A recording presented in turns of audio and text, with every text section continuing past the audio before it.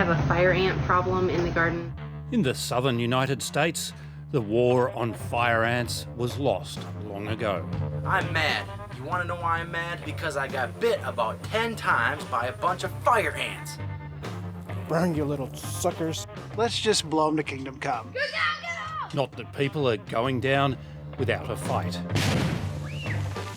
With varying degrees of creativity and risk. US ant expert Mike Goodisman is in New Zealand, a welcome respite from the battle zone in his home state of Georgia. Just today, here in Wellington, sitting on the grass listening to a concert, and no one had any towels out, no one had anything. You can't really do that in Atlanta necessarily, because you might have fire ants around you, and they're going to find you, and they're going to bite you, and they're going to sting you. Okay. Good dog. So she's already on fire ant odor here. In Australia, our last hope of eradicating fire ants rests on the noses of dogs like Miff. Hey, good girl. She is telling me that there are fire ants here.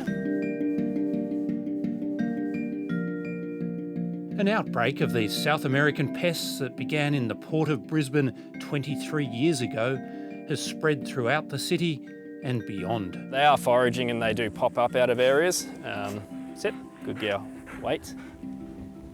This park south of Brisbane is infested with nests. What are you doing that for? Genetics, so we can map the infestation. It's crucial. It can tell us how it got here, it can tell us what nest it's related to, and we can start our tracing activities. This painstaking work is expensive.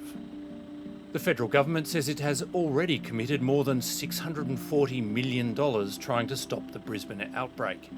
But these tiny ants are destructive and ingenious. They can fly and float in a living raft. They have impacts on the environment, on native animals. They can actually make species go extinct in extreme situations. They are an agricultural pest. They can eat crops to the ground. They can destroy agricultural equipment. They will sting people, and some people have an extreme allergic reaction and can die. They attack en masse. They can swarm onto a person, and then when a single ant releases a pheromone signal, they all sting simultaneously. Look at that. So that's what I mean by swarming. If you could imagine all of those running up your trouser leg. It's why many victims suffer multiple stings. About 1% of those stung will suffer anaphylaxis. But despite the money and effort, late last year a contractor found fire ants on a subdivision here in Murwillumbah in northern New South Wales. They self-reported that to the National Fire and Eradication Program, and obviously from there we had to shut down the site. It's likely the ants hitched a ride in a load of soil from Queensland. It's been really difficult for businesses, obviously, cane farming, we've got a quarry business right next door here, all things that, we have within this 5 kilometre radius zone, which now have restrictions on them in terms of how they can be transported.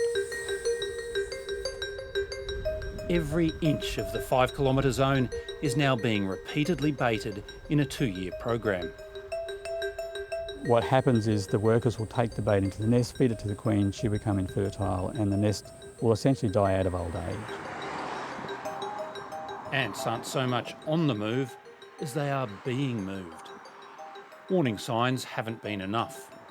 Last month, another fire ant nest was discovered 80 kilometres south of Murwillumbah in the New South Wales town of Wardell.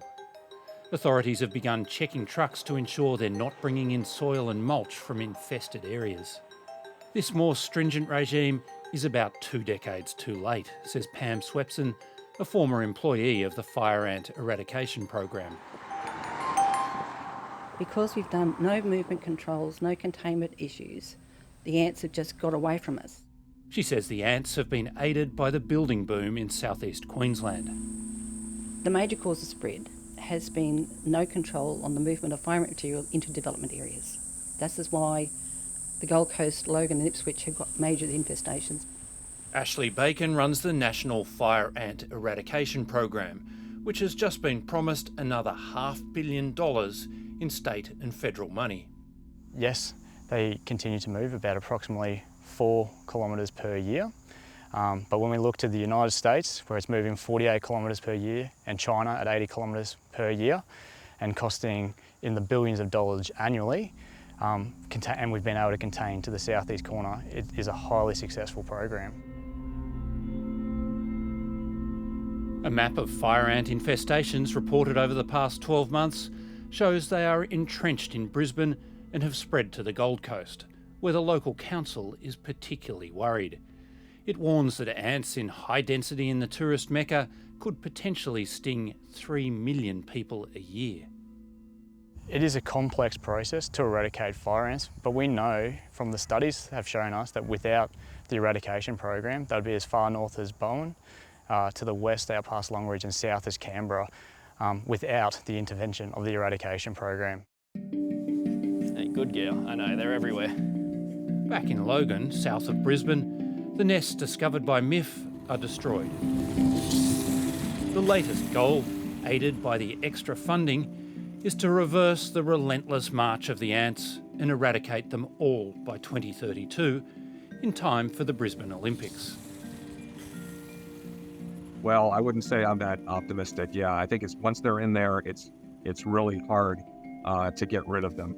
Because even if you get rid of all the fire ants in a certain area where you can see them, there could always be colonies somewhere else nearby, and then they'll fly in, they'll send in new queens next year and recolonize. But let's not leave anything undone. They're called Solenopsis invicta because they are invincible. They are here to stay.